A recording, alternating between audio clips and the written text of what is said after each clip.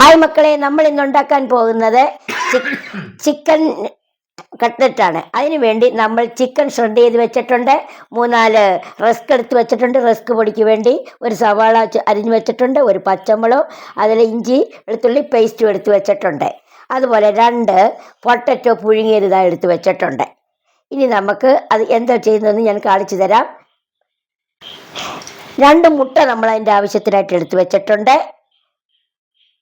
ഇനി നമ്മുടെ ഇൻഗ്രീഡിയൻസ് എല്ലാം ഇതാണ്. ഇത് മൊത്തമാണ് ഇതിൻ്റെ ഇൻഗ്രീഡിയൻസ്.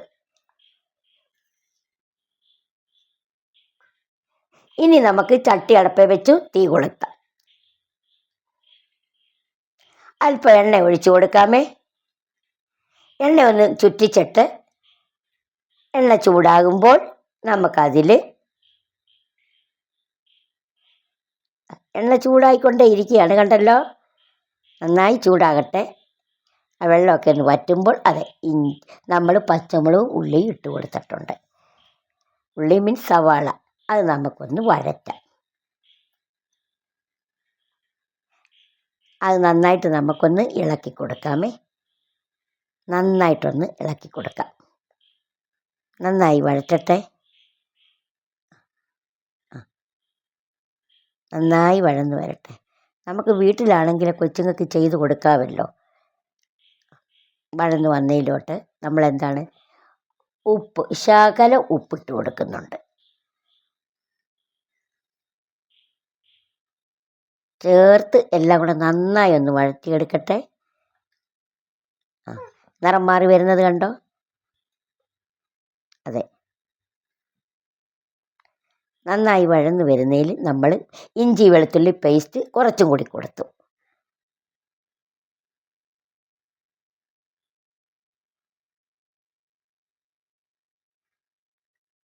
ഇനി നമുക്ക് നമ്മുടെ ചിക്കൻ ഷ്രെഡ് ഇട്ട് കൊടുക്കാം.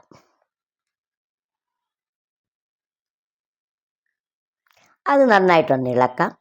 അതിനോടൊപ്പം തന്നെ നമ്മൾ ഉരുളൻകിഴങ്ങ് വേവിച്ചുടച്ച് വെച്ചിട്ടുണ്ടല്ലോ, അതും കൂടെ ചേർത്ത് കൊടുക്കുന്നുണ്ട്. എല്ലാവരെയും കൂടെ നന്നായിട്ടൊന്ന് ഇളക്കെ. നന്നായിട്ട് മൊത്തത്തിലൊന്ന് ചുറ്റി അതൊരു പേസ്റ്റ് പോലെ നല്ലതുപോലെ ആക്കി എടുക്കുക. കാര്യം കട്ട്ലറ്റിൻ്റെ ഫില്ലിങ്സ് ആണത്. ഇതാണ് നമ്മൾ തയ്യാറാക്കി വെച്ചിരിക്കുന്ന കട്ട്ലറ്റിൻ്റെ ഫില്ലിങ്സ്. കട്ട്ലറ്റിൻ്റെ ഫില്ലിങ്സ് നമ്മൾ ആ ചട്ടിയിൽ തന്നെ ശരിയാക്കി വെച്ചിട്ടുണ്ട്. ചൂടൊന്ന് കുറയട്ടെ. ഇനി നമുക്ക് റസ്ക് നമുക്കൊന്ന് പൊടിക്കാം. റസ്ക് ഞാനൊരു മിക്സിയിലോട്ട് എടുക്കുന്നു. അത് പൊടിക്കുന്നു. റസ്കിൻ്റെ പൊടിയാണത്. അത് മുട്ട അടിച്ചു വെച്ചിരിക്കുന്നത്.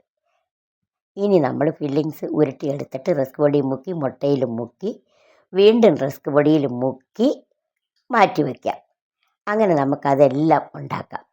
എത്ര എണ്ണം ഉണ്ടാക്കാമോ അത്രയും നമുക്ക് ഒരുമിച്ച് ചെയ്തു വെക്കാം. അങ്ങനെയാണ് ഞാൻ ചെയ്യുന്നത്, കണ്ടോളൂ. നമുക്ക് 5 എണ്ണം കിട്ടി. നമ്മൾ ശകല സാധനമല്ലേ എടുത്തോളൂ. ഇനി നമ്മൾ അടപ്പത്ത് ചട്ടി വെച്ചിട്ട്, അതായത് ചീനച്ചട്ടി പോലെ പരന്ന ഒരെണ്ണം വെച്ചിട്ട് എണ്ണ ഒഴിച്ചു.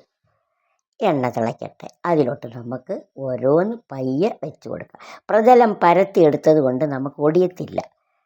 അതിനെ വൃത്തിയായിട്ടും വളരെ സൂക്ഷ്മതയോടും വെച്ച് കൊടുക്കുക. അതെ, ഒരു വശം നന്നായി മൊരിയട്ടെ.